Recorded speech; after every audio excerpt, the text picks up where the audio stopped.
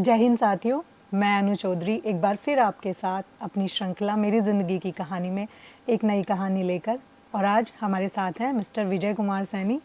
बहुत बहुत स्वागत है सर आपका। Thank you so much. और मिस्टर विजय कुमार सैनी का नाम ही केवल विजय नहीं है, उन्होंने बहुत सारी विजय पताकाएं फहराई हैं और ये बात हमें बातचीत का जो सिलसिला जारी रहेगा उसमें पता चलेगी।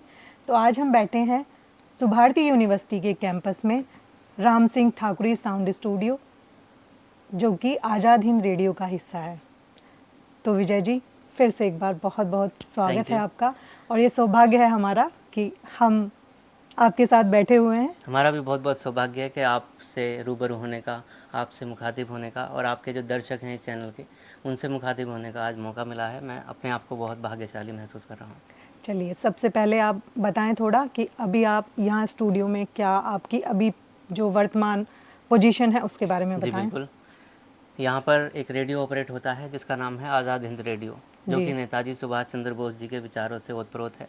जी, जैसा कि नाम से पता चल रहा है। जी जी। आज़ादी के वक्त में जर्मनी में नेताजी सुभाष चंद्र बोस जी ने आज़ाद हिंद रेडियो चलाया था, तो उनका रेडियो तो बंद कर दिया गया समय के साथ साथ, लेकिन सुभारती ने उनकी विचारधारा को ज़िंदा रखा और हमने फिर से सरकार से अनुरोध किया कि आज़ाद हिंद रेडियो हमें दिया जाए।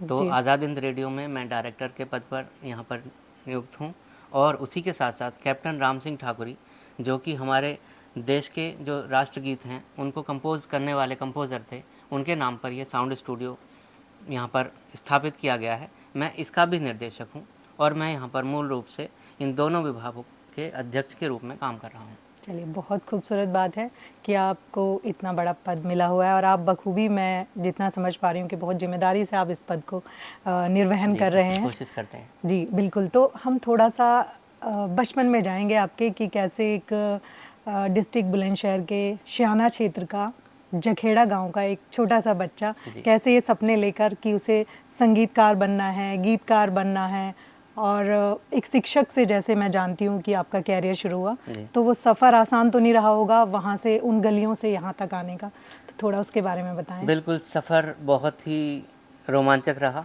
एक तरह से कहें तो अपने आप में बहुत सारी कहानियाँ समेटे हुए हैं। तो शुरुआत मैं करता हूँ अपने बचपन की बातों से। बिल्कुल बिल्कुल। तो जगह थी स्याना में जी। और मेरे स्कूल का नाम था जनता विद्या मंदिर, जहाँ से ये इस बीज का रोपाण हुआ, जहाँ से मैंने संगीत की प्रेरणा मुझे सबसे पहली बार मिली। सन 2000 की बात है जी। मेरे उस स्कूल में उस समय मैं कक्षा 8 में पढ़ रहा था जी। तो वहाँ पर कुलदीप चौधरी नाम के एक संगीत शिक्षक का आगमन होता है जी। जो कि हमारी जो प्रिंसिपल थी रेणु चौधरी उनका नाम था। जी जी। तो उनके मौसी के बेटे थे और उन्होंने आके हमें अपना परिचय इस रूप में दिया कि मैं एक म्यूजिशियन हूँ और मैं सोनू निगम जैसे बड़े कलाकारों के साथ में सिंगिंग करता हूँ। जी।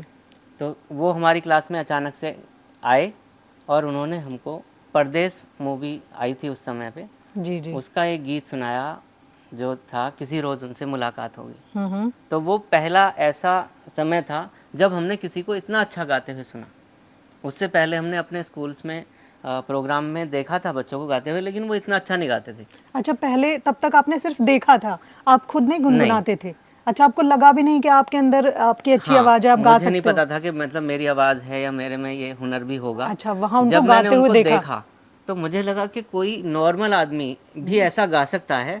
ये हमें उस दिन पता चला, नहीं तो हमें लगता था कि ये फिल्म के जो हीरो होते हैं, हाँ, ये पहुंच से बाहर है, ये गाते हैं, ये दूसरी दुनिया की बात है जिसमें हम नहीं रहते। हाँ। जी। तो जब मैंने उस व्यक्ति को देखा तो मुझे लगा कि मुझे भी इसी की तरह बनना है। क्या बात है। तो उसी दिन के साथ वो मेरे अंदर सपना पलने लगा, बैठ गई और मैं उसके संगीत के लिए पागल हो गया। और मैंने वही 2-4 गीत जो उस समय पे चल रहे थे उनको मैंने सुनना शुरू कर दिया। और फिर अगले कार्यक्रम में मैंने अपने स्कूल में पहला देशभक्ति गीत लिखा, जो मेरा एक दोस्त है कुलदीप, उसने और मैंने मिलके लिखा, जो कि एक अमिताभ बच्चन जी की मूवी थी सारा ज़माना हसीनों का दीवाना, इस तरह से कुछ गाना था। तो उसकी पलट पर हमने एक देशभक्ति गीत बनाया और वो मेरी ज़िंदगी का पहला गीत था।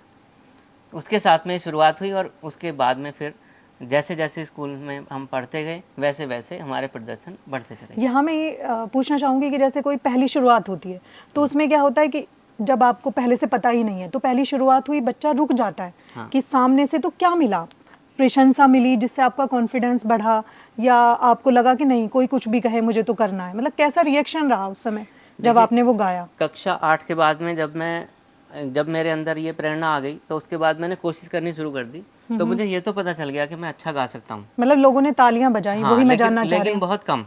बहुत कम क्या था कि गाँव की पृष्ठभूमि से होने के कारण हमारे अंदर वो विश्वास नहीं था। विश्वास नहीं, तो वही हमें जानना लगता चाह था रही कि हूँ ना। कोई हमारी हँसी ना उड़ाए। ये विजय जी, मेरा जो प्रश्न पूछने का जो उद्देश्य है वो ये है कि सपने होते हैं, लेकिन पहला कदम बढ़ाने की ज़रूरत होती है। कि बहुत शानदार सी एक स्टेज है, उस पर बहुत ऑडियंस है, सब कुछ चल रहा है, लेकिन उसने भी तो कभी पहला कदम बढ़ाया होगा। तो कोशिश होती है, सबसे ज़्यादा जो जज्बा और जुनून की ज़रूरत होती है वो होती है कि हम शुरुआत करें कम से कम, और यात्रा तो फिर तय होगी। तो वो बिल्कुल। पहली, इसीलिए वो पहली जो होती है बहुत बड़ी अहम तो भूमिका होती है। वो जो अहम भूमिका है वो स्टार्ट होती है, वो भी स्याना से ही स्टार्ट हुई। हम्म। तो मेरा जो एक मेरा साथी था हरिओम चौधरी, जी। इत्तेफाक से जितने भी मुझे चौधरी मिले जीवन में, वो मेरे जीवन में बड़ा महत्व रखते हैं मेरे इनिशियल स्टेज पर। जी। उनमें से आप भी एक हैं। चलिए, तो धन्यवाद आपका। मेरे उस दोस्त ने मुझे बताया कि एक टीचर हैं और मैं तुम्हें उनसे मिलवाने ले चलूँगा। तो वो टीचर थे मिस्टर विपिन त्यागी, जो कि एलिंगवा नाम की एक संस्था चलाते थे, और उस समय पे वो इंग्लिश स्पीकिंग और कंप्यूटर का सेंटर हुआ करता था स्याना में। तो वहाँ पे जब हम पहली बार गए, तो हमने शहर के बच्चों को पहली बार देखा। शहर के बच्चे थोड़ा हमसे ज़्यादा सुंदर दिखने वाले, थोड़ा हमसे ज़्यादा अमीर दिखने वाले बच्चे थे वहाँ पर जो पढ़ने थे। इंग्लिश बोलने वाले। हमसे ज़्यादा मॉडर्न। तो जब उनके बीच में हमने अपनी पहली प्रस्तुति दी, तो वहाँ पे बहुत ज़्यादा ताली बजी, और वहाँ पे जो प्रशंसा का डोज मिला उसने हमारे पर लगा दिए।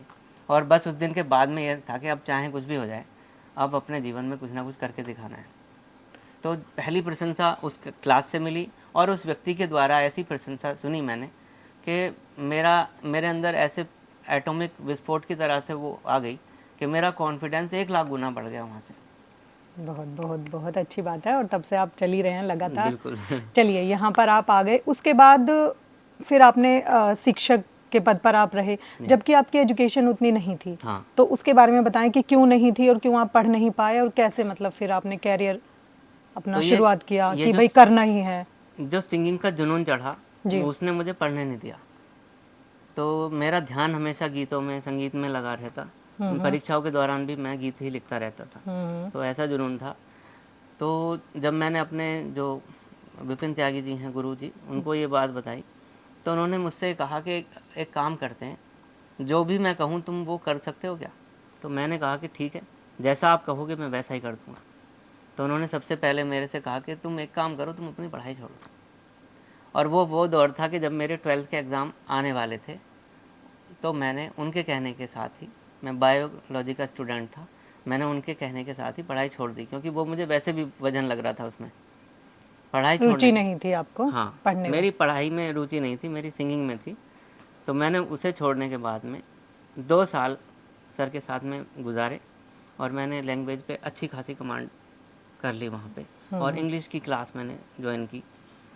तो मेरा कॉन्फिडेंस लेवल, मेरी आत्मविश्वास बढ़ा पर्सनैलिटी आपका, वो धीरे-धीरे बढ़ती चली गई। आपको दिखने लगा, हाँ, मुझे दिखने लगा कि अप्रिशिएशन मिलने अब मैं लगा, कहीं भी जाके खड़ा हो सकता हूँ। एक स्वीकार की भावना आ गई कि हम खुद को स्वीकार करने लगे कि हाँ हम कुछ हैं, हम बिल्कुल। कहीं खड़े हो सकते हैं और बात कर सकते हैं। उसी के साथ ही हमने बड़े मंच भी शेयर करना शुरू कर दिए, हाँ। जैसे सारेगामापा या बुलंदशहर आइडल आपने है ना, जीता, और जीता था, आप पहली अखबारों बार की ही वहीं सुर्खियां जीते। रहे। हाँ, तो रवि किशन जी से आपको, रवि किशन जी से मुलाकात हुई, सुनिधि चौहान जी से मुलाकात हुई, उस दौरान में जी, काफ़ी सारे बड़े बड़े कलाकारों से मुलाकात होती रही। तो वहाँ से सफ़र चल निकला। और आप इंडियन आइडल में भी गए, वो कौन सा दौर था वो वो बताएं थोड़ा सा अपनी 2011 सफ़र। का दौर था। 2011 में हम वहाँ पे गए थे, और हमने ऑडिशन, लास्ट जो दिल्ली वाले ऑडिशन हैं उनमें हमने तो पार्टिसिपेट किया। किस लेवल तक आप गए, कहाँ पर जाकर आपको दिल्ली ऑडिशन ये? तक ही जा पाए हम, मुंबई जी। तक नहीं पहुँच पाए, क्योंकि उसमें वो हमसे मनी की डिमांड कर रहे थे, और वो हमारे पास थी नहीं। और अच्छा, तब कहीं ना हमें कहीं। रियलिटी शो की रियलिटी का पता चला कि वो रियलिटी नहीं है, वो एक बिजनेस है। और तब से हमारे मन में फिर अपनी इंडस्ट्री बनाने का सपना भी आया कि हम अपनी इंडस्ट्री पैदा करेंगे। वहाँ से हमने ये सपना देखना शुरू किया कि जहाँ पर भी हम रहते हैं, अपनी प्रतिभा के दम पे हम अपनी इंडस्ट्री बनाने की कोशिश करेंगे। अच्छा, उसके बाद फिर आपने पढ़ाई को पूरा किया अपनी? हाँ, 2008 से मैंने, जैसे ही मतलब सर के साथ में जुड़ गया था पहले, तो 2008 से मैंने अपनी पढ़ाई को शुरू किया, और फिर मैंने पोस्ट ग्रेजुएट किया अपनी पत्नी को भी मैंने अपने साथ में पढ़ाया। बिल्कुल, आप दोनों ही साथ में पढ़े। और अपनी उम्र हमारे व्यूअर्स को बताइए कि कहते हैं कि एक बहुत ही फेमस फिल्म का डायलॉग है कि ज़िंदगी लंबी नहीं बड़ी होनी चाहिए। तो आपने बहुत ही कम उम्र में सारे अनुभव जो हैं कर लिए हैं, बहुत सारे खुलासे अभी होने भी बाकी हैं। तो चलिए, ये सफ़र रहा आपके एजुकेशन को लेकर। तो अभी आप